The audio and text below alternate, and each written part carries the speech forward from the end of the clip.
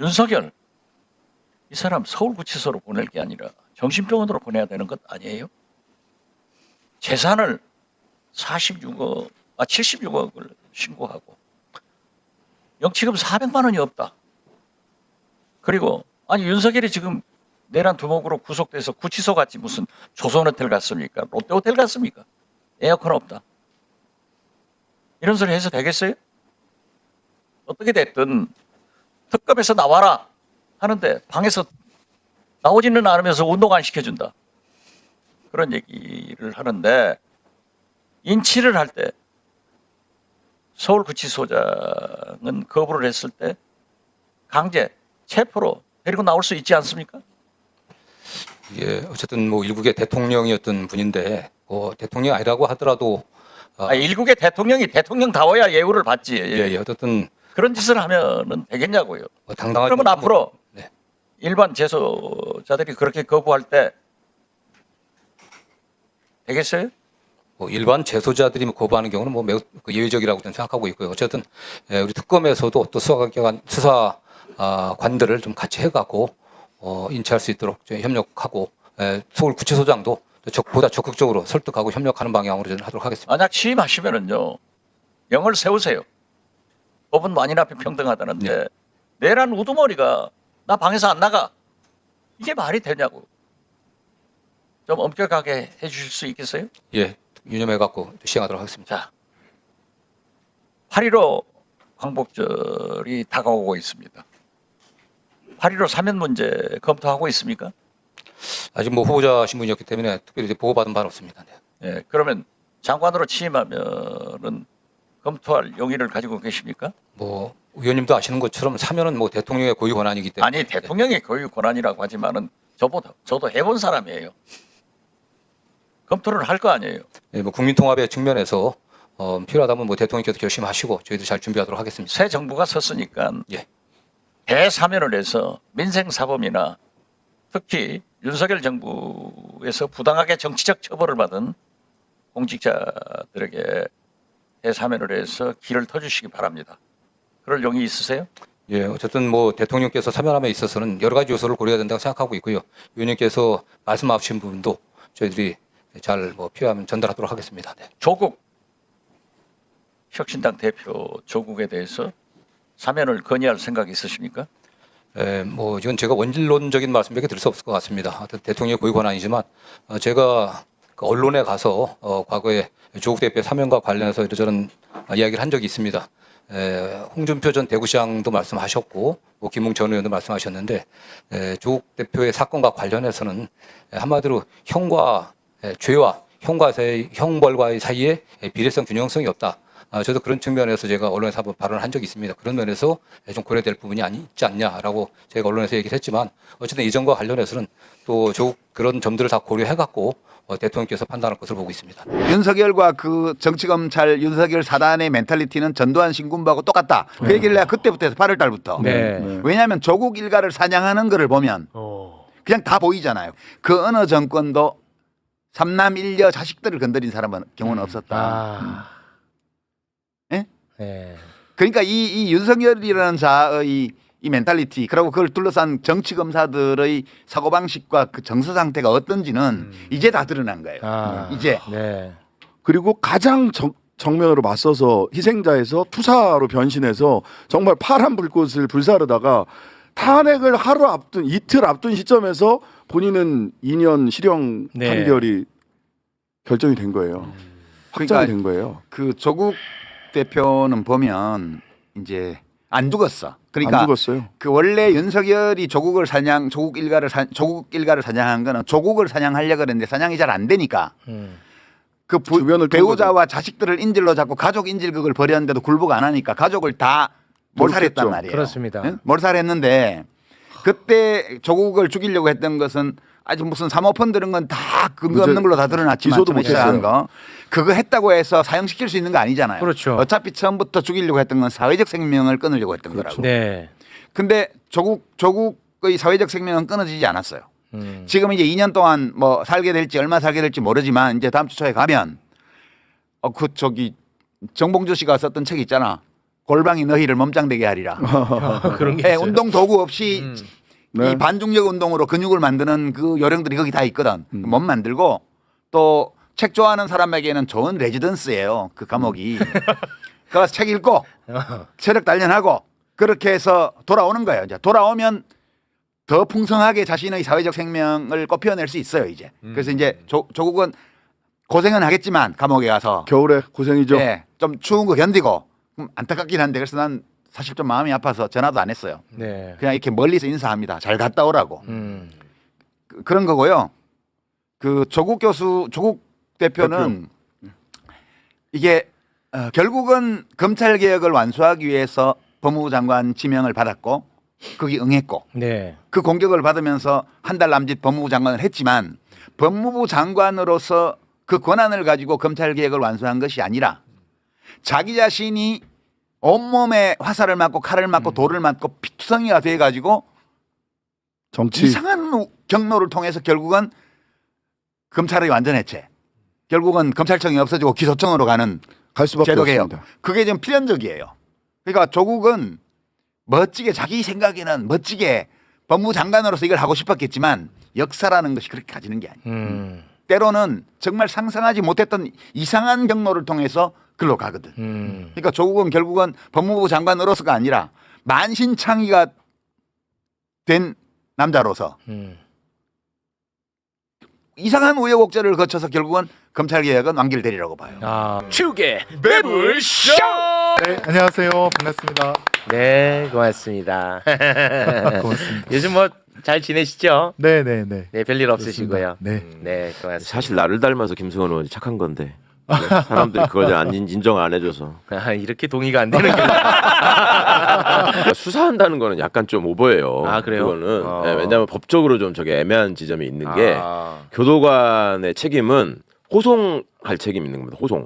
피의자를 수용자를 관리하고 호송하는 책임. 네. 그러니까 그 갇혀 있는 사람들을 가서 관리하고 네. 그 다음에 그 법원이나 검찰청에 이제 출두 명령이 있을 때 데리고 가고 이런 거죠. 그러니까 특검이 지금 교도관한테 데려오라라고 공문을 내리는 것은 과거 검찰의 관행대로 하는 거예요. 근데 원래 검사가 지휘해가지고 신병을 확보해서 끌고 오라고 지시할 수 있는 대상은 사법경찰관이에요. 사법경찰관. 네. 그러니까 경찰이나 특사경들한테는 그렇게 할 수 있는 법적 근거가 있는데 경찰한테. 교도관은 기본적으로 사법경찰관은 아니거든요. 그런데 교도관의 직무에 호송이 있으니까 그리고 과거에 보면 검사하고 교도관은 다 법무부 소속이잖아요. 그리고 예전에 교정본부장을 다 검사들이 했단 말이에요. 그러니까 그냥 말을 들어준 거야. 교도관들이 어찌 보면. 그러니까 검사가 약간 월권한 면이 있는데 네네네. 그게 근데 그동안에 계속 관행으로 정착이 돼 있으니까 네. 그러니까 피의자가 아주 이상한 놈이 아닌 이상은 그런 적이 오라고 없었어. 가요. 없었어. 근데 이제 그렇게 개기는 경우가 두 가지야. 하나는 완전 프로 범죄자들 많이 조사를 받아보고 구속도 많이 돼봐가지고 여기서 내가 버티면 저 사람들 특별한 방법이 없다라는 거 아는 사람들이 있고 또 하나는 프로 범죄자에 준할 정도로 그 수법을 잘 아는 검사 출신들. 이것들이 계기거든 거기서. 아, 그래요? 후자네, 후자. 후자에 딱 정확하게 해당하는 거예요. 그러니까 예를 들면 뭐 옛날에 검사 출신으로 좀 구속돼 있는 것들 많이 있잖아. 뭐 김학이라거나 뭐 그런 자들은 저렇게 했을 거예요. 그러니까 그런 점에서 이제 딜레마가 생긴 거고 특검이 계속 자존심 싸움을 할 수밖에 없는 거죠 지금. 윤석열이도 아유 와라 뭐 이런 얘기를 했잖아요. 또 그런 애들 통해 가지고. 맞습니다. 그러니까 특검이 막판에 가가지고 뭐 혼내기 위해서 가는 건 혹시 생각해볼지 모르겠는데 네가 오라고 그런다고 가는 게 아니라 너는 부르면 와야 되는 사람이다. 이거를 지금 계속 하고 있는. 네. 수용자들이 이렇게 막 나도 폭력 행사할 때 때. 제압할 수 있는. 근데 이제 제가 판사일 때 보니까 교도관분들이 그 수감자로부터 그 뭐랄까 민원 뭐 아니면 고소고발을 굉장히 많이 당합니다. 그래요? 그러니까 약간 몸을 사리는 게 있고요. 그러니까 이제 수밖에 없죠. 특검보나 수사관들이 와서 이제 예컨대 명령하거나 지휘를 하면 우리가 뭐 힘을 쓸 수 있다. 근데 우리가 먼저 나서서 하기에는 이제 근데 뭐 독직 폭행으로 또 그런 거 고소고발 전문가예요. 당할 수 있고. 전문가죠. 전문가죠. 예. 나인이. 한동훈이가 하듯이 똑같이 할 한동훈. 거거든요. 네. 네. 그러니까 이제 좀 그런 것이 걱정이 된다. 그러니까 아. 특검가 와서 지휘만 해주면 교도소 내에도 그 특공대들도 있고 그랬으니까 끌고 나오는 거야 뭐 일도 아니죠. 지금 윤석열이가 갇혀 있는 그 수용 거실에서 무슨 일이 벌어질까 상상해 보면 나는 도대체 그림이 안 그려지거든. 적어도 교도소장이랑 거기 보안과장이랑 담당 교도관이랑 가가지고 3617번 출석요구 왔으니까 나가자 이렇게 하고 있으면 안 간다고 해야 되는데 네네네. 그거를 지금 안 간다고 이렇게 얘기하는지 아니 공기업에 붙어가지고 이런 건지 난 그게 너무 궁금해. 저도 궁금해요. 제가 아마 저들 논의할 걸 추측해 보면 네네네. 조은석 스타일을 아니까 저게 법정에 출석했다 갈 때 잡아갈 수 있거든. 그건 어쩔 수 없잖아. 그거를 걱정하는 것 같아요. 개기는 것도 개기는 거지만 나 같으면 거기 서 있다가 잡아가. 나올 때. 내가 서울주도 교도관들이 호송차에 실어서 이제 데리고 올 거거든요. 그러니까 그분들이 그냥 끌고 그냥 들어가면 돼요. 그러니까 그걸 생각하는 거예요 지금. 그 특검에 출석하는 장면이 사진이 찍히지 않을 도리가 잘 없거든요. 그러니까 이제 보검 청사로 가게 되면 지하 통로로 올라갈 수 있는 게 없을 거예요. 중앙지검은 그런 게 많이 있어. 호송차가 지하로 들어가가지고 올라가는 그 통로가 있는데 그거는 제가 듣기로 없는 걸로 알고 있어요. 그러다 보면 법정에는 본인의 선택에 따라서 그 사복을 입고 나갈 수가 있는데 검찰 조사를 받으러 갈 때는 그 수용복을 입은 채로 포승줄 묶여서 수갑 차고 가야 된다고. 그래요? 그러니까 이제 재판 받을 검찰 때는 조사는, 예. 복구 가도 되고. 예. 그러니까 그 장면을 남기고 싶지 않은 게 하나 있을 거고. 그다음에 두 번째는 통상의 사람들이 저렇게 나오라고 할 적에 구속된 상태에서 왜 나갈까? 다른 사람들은 이렇게 안 하는데 얘만 이러는 거잖아요. 얘만이 아니라 얘는 이러는 거잖아요. 다른 사람들은 그렇게 개겼을 때 자기한테 불이익만 오지 좋을 게 하나도 없기 때문에 사실 그냥 나가는 거거든요. 그렇죠. 근데 이자는 어차피 지가 생각해도 사형 아니면 무기징역이라고 생각하니까 더 이상 바닷물에다가 뭐 컵 한두 개 더 부어봐야 그건 그렇죠. 나 어차피 짠물이다. 이제 그런 생각을 하는 것 같고 세 번째는 과거에 이명박 박근혜도 개겼거든. 그러니까 그렇게 개기다가 그러는 걸 윤석열이가 봤잖아요. 그러니까 그러고 있다가 나중에 사면복권 되더라. 그러니까 내가 여기서 최대한 뭐랄까 압박받는 피해자 내지는 뭐 순교자의 모습을 보이고 이런 거를 여론이 나중에 이재명 정부가 혹시 흔들리는 상황이 되면 그때 가가지고 또 기회를 보자. 근데 그 방송 보시는 분 중에 이 조금 무식하고 순수한 분들이 많아. 왜요? 우리 그 최강욱 의원이 수영복 얘기했잖아. 그러니까 여름이라 수영복을 입고 있나 보다라고 진지하게 레시 가드나 수영복. 여러분 제발 좀 그러지 마세요. 수영복, 죄수복. 나 이거 보고 얼마나 웃기든지. 설마 비키니 입고 나오겠습니까? 진지하게. 여름이라 또 그런가 보다 이렇게 누가 올렸더라고. 네. 북한에서는 대한민국에서 보낸 거라고 이렇게 얘기하지 않았어요? 확인해드릴 수 없습니다. 아니 그럼 보냈다는 거예요? 확인해드릴 수 없습니다. 윤석열은 합참 탓을 하고 있고요. 김용대도 합참 탓. 합참은 나는 모르는 일인데 라는 입장을 지금 취하고 있거든요. 네. 일단 내란 특검에서 윤석열이 진술한 내용 살펴봅니다. 내란 특검에서 윤석열 이렇게 진술했습니다. 무인기를 보내는 것까지 대통령에게 보고하진 않는다. 보고받지 못했다.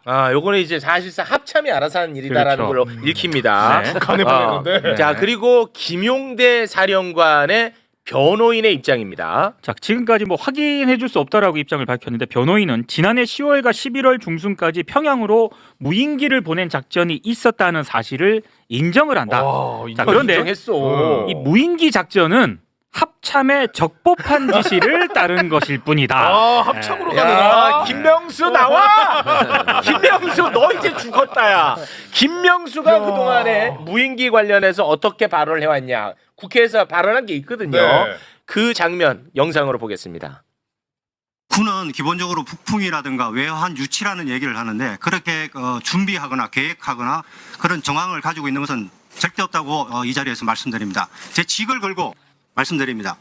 이제는 마지막까지 몰렸다 하고요. 그러면 직을 내려놓고 윤석열이 시켰다고 불어야죠. 네. 다 지금 그렇게 오고 있잖아. 그렇죠. 다 그렇게 하고 있어. 네. 김성훈도 그렇게 말 바꾸잖아. 네. 왜냐? 가만히 있다가는 윤석열이가 자기한테 자꾸 그렇죠. 뒤집어 씌우니까. 중간에 그 얘기가 나오지 않았어요? 그 저 작전은 합참의 지휘가 아니라 안보실이 직접 지휘해가지고 네, 한 그 얘기도 거다라는 얘기가 나왔습니다. 나왔었죠. 네. 그러면 합참 입장에서는 그러니까 저기서 완전히 소외된 건데 나중에 또 저 드론 사령관 저 친구가 합참에 가가지고 또 보고하는 형식을 취했다고 하잖아요 사후에. 네, 맞습니다. 그러니까 저 알리바이를 위해서 그런 거 아니겠어요? 그러니까 합참이 그 부분을 정리해서 얘기를 해야 되겠죠. 그러니까 지난해 12월에 남부지검이 건진법사 법당을 압수수색을 했잖아요. 네. 그때 뭐 대대적으로 보도가 됐었는데 난리 났었죠. 이번에 김건희 특검이 이 법당을 비롯해서 압수수색을 여러 군데 했거든요. 네. 근데 이 역삼동에 이 법당 이 법당하고 연결된 비밀 공간이 있었습니다. 그게 근데 핵심이야. 남부지검에서 압수수색할 때는 이 비밀 공간을 압수수색을 안 했어요. 그런데 이 비밀 공간이 진짜. 제법 커요. 그래서 이 비밀 공간에 현금 다발이 좀 있었던 게 아니냐 이렇게 지금 추정이 되고 현금 있고. 다발 귀중품 핵심은 예. 거기 다 있었던 걸로 추정되고 있습니다. 근데 저 압수수색할 때 이렇게 뉴스 영상을 보면 거기가 뭐 굉장히 발견하기가 어려운 곳이냐? 그렇지도 않아요. 그러니까 좀 의도적으로 이 비밀 공간은 남부지검에서 조사를 안 한 게 아니냐 이런 의혹이 나오고 있는 거죠. 남부지검장 신응석이 나와. 신응석이 이 도망갔잖아 이번에. 맞아요. 신응석이 도망갔습니다. 이거 어떻게 해야 됩니까? 신응석이가 그냥 순순히 도망간 게 아니고요. 와. 제가 저 수사를 할 때부터 남부지검이 웬일인가 좀 이상했거든. 네. 그러니까. 제가 저렇게 오버할 리가 없는데 왜 저렇게 할까? 결국 새 정부에다가 뭔가 신호를 보내서 내가 이거 갖고 있어요라고 하면서 저거를 뭔가 노리는 거 아닐까 싶었는데 저 신응석이가 지금 민정비서관 가 있는 이태영 비서관의 고등학교 대학교 직속 후배예요. 학연이 있어 학연이. 그러니까 그거를 이용해가지고 검찰 내부에다가 그간에 내가 중앙지검장 된다. 이런 얘기를 은근히 퍼뜨리고 있었어요. 그러니까 그걸 노리고 직간에는 저렇게 앞에 좀 포석을 한 거 아닌가 싶어. 내가 이렇게 열심히 합니다. 근데 열심히를 하긴 하는데 또 저게 찐윤 중에 찐윤이거든. 또 너무 열심히 하면 큰일 나. 그렇지. 그러니까 이제 지하는 보고도 못 본 척 해야 되는 거고. 나름 엄청 머리를 쓴 건데 그러니까 저렇게 해성해성하지. 야 신응석이. 와 나 몰랐다. 요새 하도 다룰 게 많다 보니까 몰랐네. 야 여러분 신한저축은행 아시죠? 그럼 김혜성이가 예. 계좌 잔고 그 위조한 거. 와 이렇게 다 연결돼 있다고. 지켜보고 있다. 네, 그렇게 네. 비판하는데 우리는 이걸 지켜보고 알리는 게 있다. 되게 필요해요. 네. 진짜로. 아니 근데 어떻게 자리마다 다 있어. 어떻게 김건희랑 하나같이 이렇게 조금씩이라도 연결이 다 야 돼 이건 진짜 영화 같다. 이거는 진짜. 있- 어떻게 이렇게 또 연결이 그러니까 이게 같은데. 한국 사회에 지네들끼리 얘기하는 그 지배 카르텔의 실상을 좀 아셔야 돼요. 이게 봐봐. 신흥석의 장인은 행시 합격해가지고 관료 생활을 하다가 장관까지 된 사람이에요. 이게 뭐 국세청 출신이야. 그러면 그 세금 걷는 사람하고 사위는 검사고 그 사람의 또 사도는 그 건설업이나 각종 저거를 통해 가지고 돈을 번 지역의 토호고. 와. 그렇게 해가지고 서로 간에 이렇게 혼맥으로 인맥으로 다 이렇게 연결되면 거기서 검사가 그 어떤 역할을 하겠습니까? 그 다음에 세무서 출신이 사돈이면은 그 회사에는 어떤 또 영향력이 있겠습니까? 그러니까 이런 것들로 우리 사회가 지금 이렇게 뭉쳐져 있는 카르텔이 있는 거죠. 안 된다. 이게 드러나고 있는 거지. 안 돼. 윤상이. 강영석 서정호. 야 화려합니다. 화려해. 송원석 대표입니다. 유상범이. 김은혜. 바이든 날리면. 주무시지 왜 나오셨어? 이 더위에 에어컨 없는 곳에서 지금도 구치소에 갇혀 계십니다. 진짜 끔찍하다.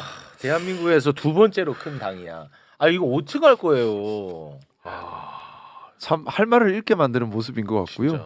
어떻게 보면 내란이 아직 끝나지 않은 겁니다. 그건 맞는데요. 저렇게 계속해서 분탕질을 하고 사람들에게 왜곡된 사실로 선동을 하고 너무나 무책임한 모습이고요.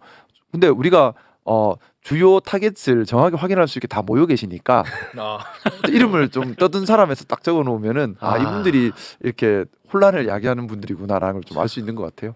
아니 근데 김 의원님 보시기에는 저 윤상현, 김민전, 아까 김은혜, 유상범 이런 사람들이 저 전환길이나 저런 사람들의 주장을 믿고 저기 가서 앉아 있는 것 같아요. 사실은 안 믿는데 저기 가가지고 사진 찍혀가지고 뭔가 정치적 이득을 노리는 것 같아요.